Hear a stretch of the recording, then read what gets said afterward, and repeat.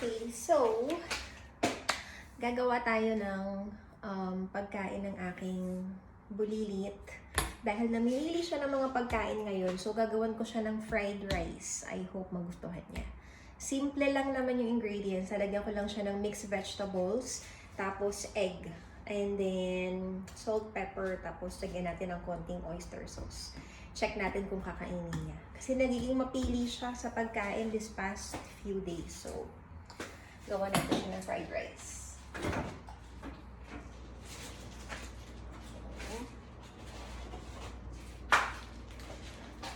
Or itlog. And then, ito yung mixed vegetables na gagamitin natin. Yung nabibili lang sa mga grocery stores, mga frozen, yun, lagyan lang natin siya ng konti. And then, syempre, kailangan natin ng rice.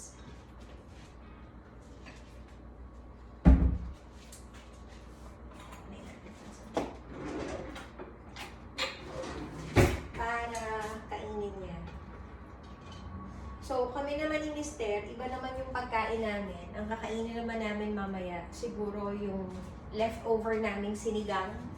Sinigang na buto-buto. Dahil masarap siya at tag-ulan.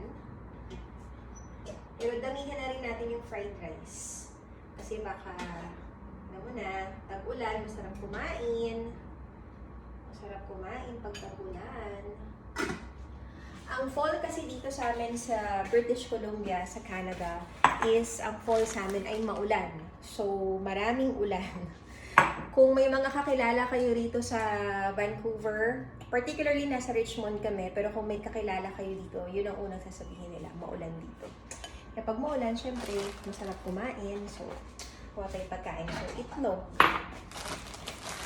Lagyan lang natin siya siguro ng dalawang itlog. I-mix natin. Hopefully, kainin niya. Kasi, medyo namimili siya ng pagkain ngayon. So, tingnan natin kung magugustuhan niya ang ating fried rice. So, 2 eggs lang tayo. Ay, na-crack na siya. Ay, na-crack. Hindi na mag-crack. Hindi na tayo marunong mag-crack. Nalaglag na. Ayan. Kunin na lang natin. So, ayan. Yan lang natin siya. Kasi mamaya, ipipick up natin siya sa daycare. Kasi nagdi-daycare siya ngayon. So, natanggap siya ng daycare simula nung September 5, nagdi-daycare na siya. So, she's 2 years old. Yung aking bulilit ay 2 years old. Ang aking anak ay 2 years old. So, nagdi-daycare na siya. And so far, pang ilang linggo na ba? 3 weeks. Ngayon, susunduin namin siya ng husband ko, ng asawa ko ng mga 4. So, sama ko kayo sa pagsundo sa kanya mamaya. Kaya gawa natin siya ng food. Kasi after nila ng daycare, hindi ko alam, yung mga mommies na mga nagsisend na ng daycare, ng bulilit nila sa daycare, talaga bang gutom na gutom sila after ng daycare? Ano bang masasuggest nyo sa 2 years old na very picky eater? This past few, maybe 2 weeks, nagiging picky eater siya. Ano bang mga foods ang recommended nyo na sakaling magugustuhan niya? Kasi actually, kaka-wean off ko lang din sa breastfeeding. So, a month ago, mga August, nag-wean off na tayo ng breastfeeding natin. So, hindi na ako nag-breastfeed ngayon. So, yeah. It's been 2 years din na nag-breastfeed ako. Then, ngayon wala na. Tapos na siya. And sa ngayon, stay at home mom muna tayo. Hanggang sa maka-transition ng maayos ang ating anak. And then, after nun, baka sakali, babalik tayo sa work.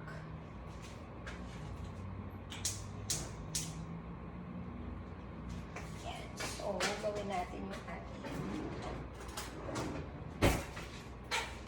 bawang.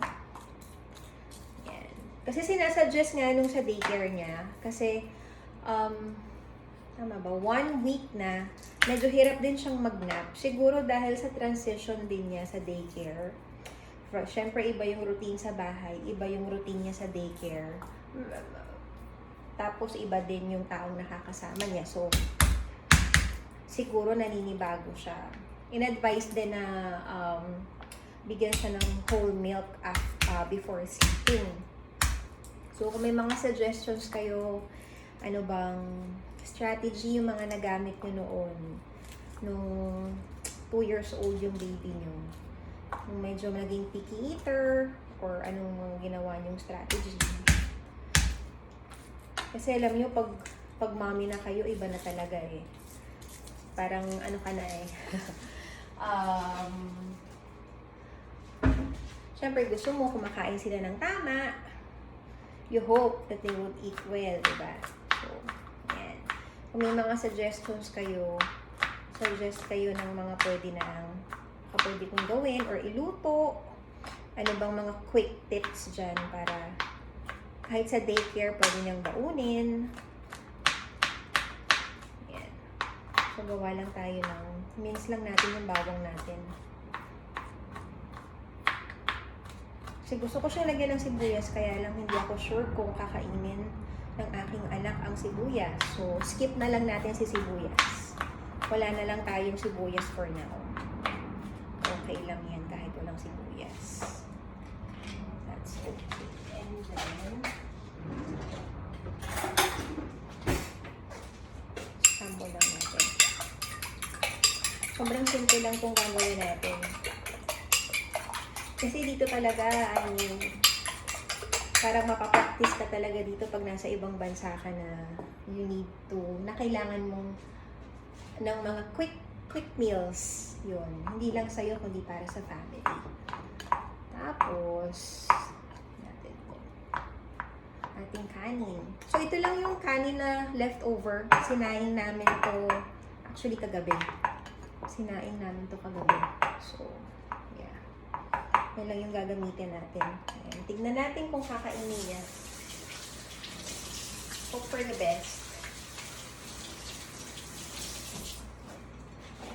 Mainit na at ang ating kawali. So, lagyan na natin siya ng ating mantika.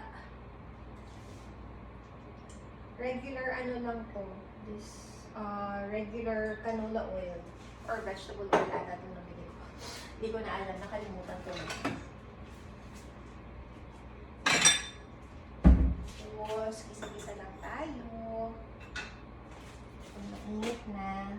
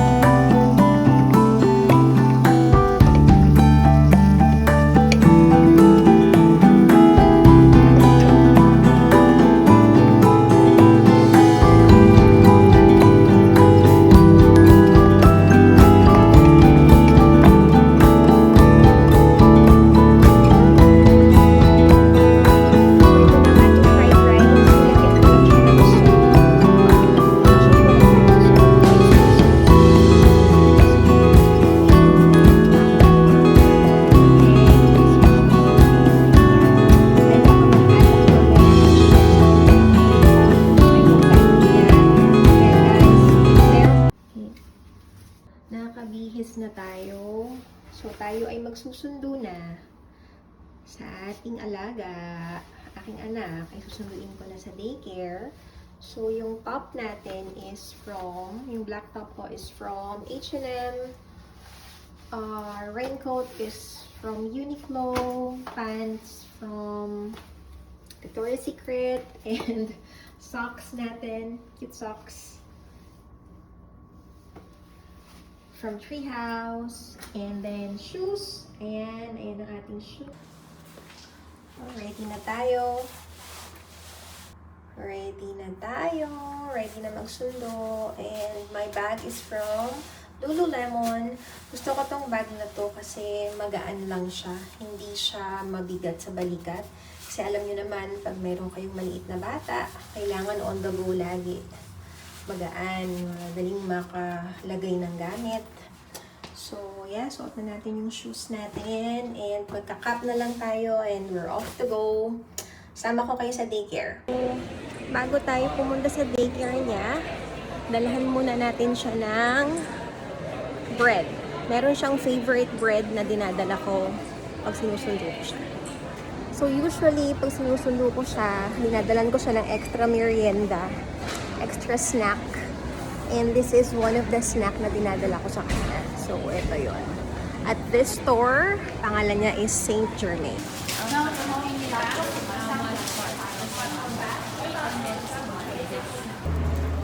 So, pasundo na kami sa aming bulilit. Kasama ko na si Hubby. Si Hubs. We're on our way.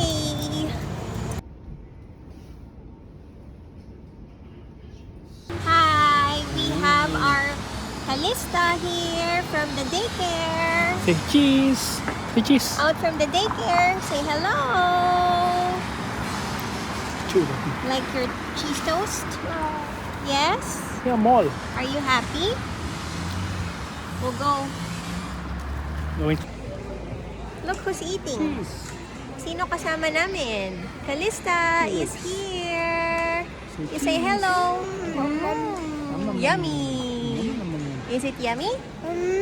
Where are we going now? We're going home? Home. Home. Home now? You wanna go home now? No. Where you wanna go? Where are we going? More. Say good night. Good night outside. Say good night outside. It's bath time.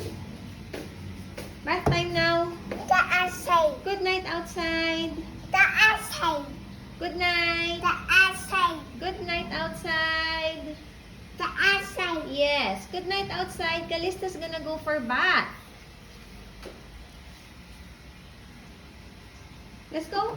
Baba car. Bye-bye, car. Let's go. Follow Dada. Where's Dada? Follow Dada. It's bath time. Baba. Bath time now. Let's go bath time. Let's go. Come on. Bath time. Bath time. Let's go. Bath time. Bath time. D is for.